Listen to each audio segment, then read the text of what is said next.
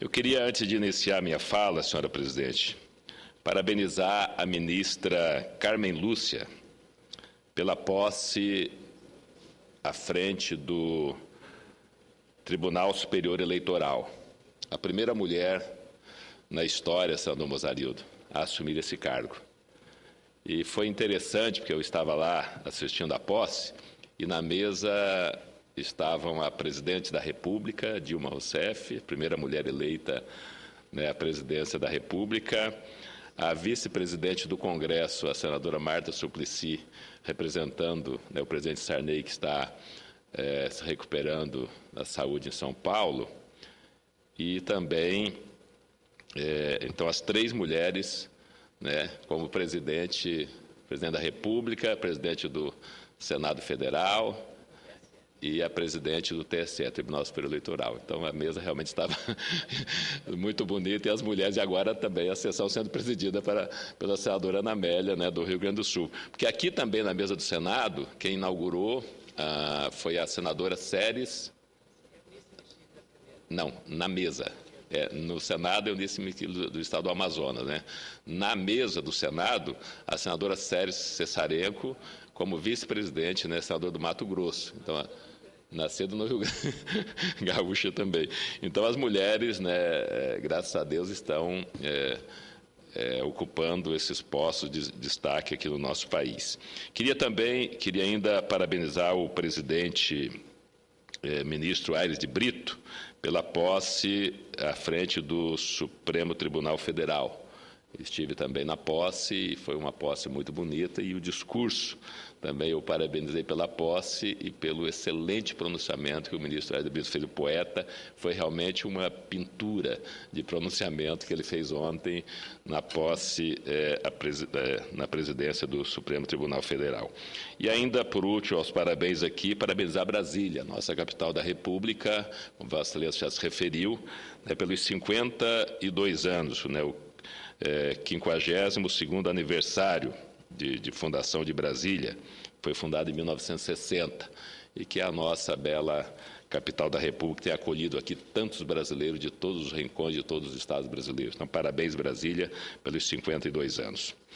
Entrando agora no meu pronunciamento, coincidentemente, o senador Wellington Dias, do estado do Piauí, ex-governador do estado do Piauí, foi aparteado por alguns outros senadores, falou sobre água, a situação das águas, o problema da seca no Nordeste, até no Rio Grande do Sul, e até no Amazonas, que é o berço das águas do nosso país. Tivemos já rios secando, em alguns anos, até com mortandade de peixes. É uma ironia, dizer que a Amazônia tem rios que já secam também. Então, é uma preocupação que deve realmente tomar conta de todas as autoridades do mundo inteiro, não só do Brasil, mas de todo o mundo, essa questão das águas. E eu falo exatamente sobre isso. Aconteceu em Barcelona, na França, entre os dias 12 e 17 de março, o 6º Fórum Mundial de Água. A Organização das Nações Unidas, a ONU, aproveitou a ocasião para o lançamento do 4º Relatório Mundial sobre o Desenvolvimento de Recursos Hídricos, WWDR4. Um extenso trabalho sobre a questão da água, coligido em bases trianuais. Infelizmente, esse relatório não é tranquilizador, em que pese reconhecer que existem avanços significativos no gerenciamento desse recurso natural, a ONU mantém o alerta para diversos gargalos que resultam da combinação perversa de graves fatores estruturais e conjunturais. É aí que entram as autoridades, senador Mozarildo. Em termos bastante simples, perto de 1 bilhão de pessoas ainda não têm acesso a fontes seguras de abastecimento de água. 1 bilhão de pessoas hoje enfrentam problemas de água. 1 bilhão e 400 milhões não têm eletricidade em seus lares. E 1 bilhão sofre de variados graus de desnutrição. Esses dados relacionados com os 3 usos principais das águas, consumo humano direto, geração de energia e agricultura, nos mostram uma situação que beira a catástrofe. O balanço regional aponta na África problemas relacionados ao baixo estágio de desenvolvimento, tais como falta de infraestrutura de captação, baixo nível técnico de gerenciamento de recursos hídricos, combinado com desperdícios e poluição. Na Ásia, o crescimento da população urbana resulta num grande desafio, especialmente para as condições sanitárias. Para a nossa América Latina e Caribe, o aumento do consumo resultante de economias em fase de crescimento tem desafiado a capacidade dos governos em lidar com os problemas de gestão da água. Não é à toa que o subtítulo do primeiro volume do relatório é Gerenciando as Águas sob Incerteza e Risco. Governos nacionais têm falhado, alerta a ONU, no papel de coordenador que se espera deles. Em alguns lugares, o problema é falta de capacidade técnica ou de recursos econômicos. Em outros, mesmo existindo áreas técnicas especializadas, o erro é tratar a questão da água de forma isolada, não entendendo o imbricamento ou relacionamento desta com outras questões, como o desenvolvimento econômico, a educação da população ou os hábitos de consumo individual e das empresas. A recomendação geral passa por aumento da capacidade técnica, melhora da qualidade da informação, tanto científica quanto gerencial, esclarecimento dos tomadores de decisão, democratização e diversificação dos fóruns onde a questão é discutida e, fundamentalmente, a busca de soluções inteligentes e inovadoras.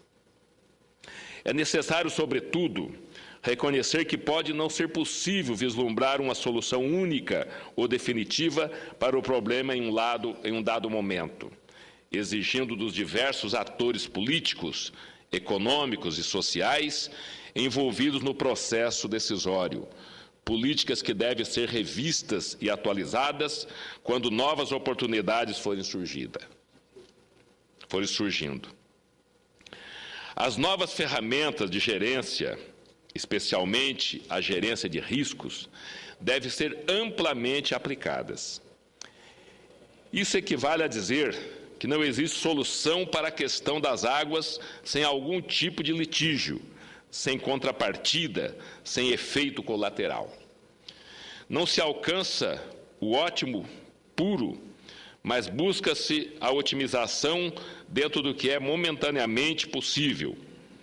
O compromisso maior, contudo, deve ser com o longo prazo, com as gerações futuras, com soluções sustentáveis, com a proteção dos segmentos mais fragilizados da população mundial.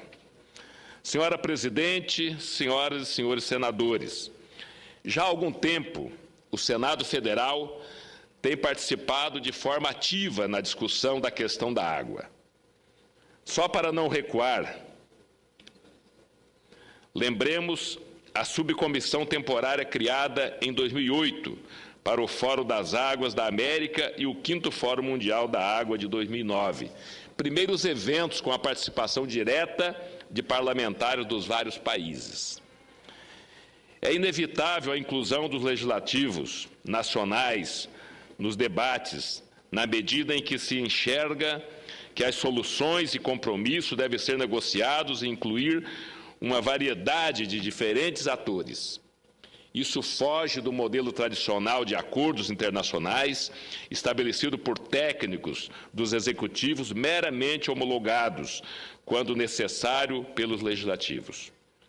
Tal participação também é essencial para trazer informação fundamental ao nosso processo decisório. A discussão do aperfeiçoamento das parcerias público-privadas, projeto que tive a grata satisfação de ser o relator aqui no Senado Federal, Por exemplo, enriquece quando sabemos que uma solução viável para aporte de recursos e conhecimento técnico ao gerenciamento de recursos hídricos e à geração de energia em nosso país. A discussão do novo Código Florestal, entendido de maneira mais ampla, deve perceber a estreita ligação entre ecossistemas e a disponibilidade, conservação e recuperação de mananciais. Da mesma forma, cabe-nos a delicada costura econômica, política e social que deve equilibrar a sustentabilidade do nosso desenvolvimento econômico, largamente lastreado nas commodities agrícolas, com práticas sustentáveis de uso das águas ou ainda crescimento industrial com uso consciente das águas em ambiente urbano, ampliação das condições sanitárias e controle da poluição.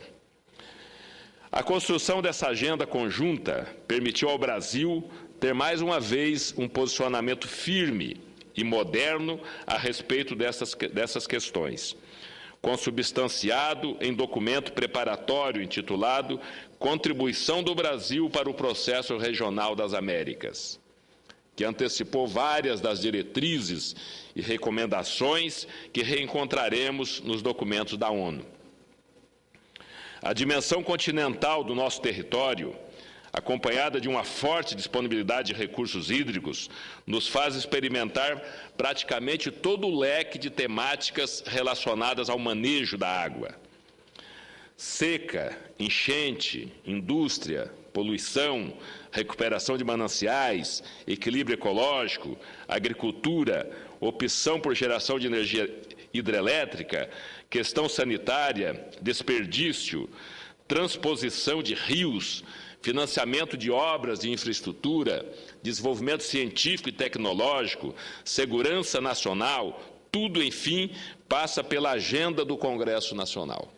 Então, nós somos também responsáveis por tudo isso, pelo futuro, ou pelas futuras gerações do nosso país. Senhora Presidente, a continuidade dessa experiência de discussão democrática sobre gestão de recursos naturais, que busca não a razão excludente de um grupo ou outro, mas o entendimento e soluções sustentáveis de compromisso, com certeza é a principal contribuição que damos aos fóruns regionais e mundiais. Esse trabalho não para. O próximo passo é a Rio+20, que acontecerá de 20 a 22 de junho deste ano. Nela, esperamos ver ampliadas as oportunidades de demonstrar o íntimo relacionamento do gerenciamento de recursos hídricos com a questão da mudança climática, posição cobrada, aliás, pelo documento das Nações Unidas. Sabemos que será um momento delicado, no qual a crise dos países que lideram a economia mundial pode ser usada para descartar qualquer forma de compromisso com questões ambientais.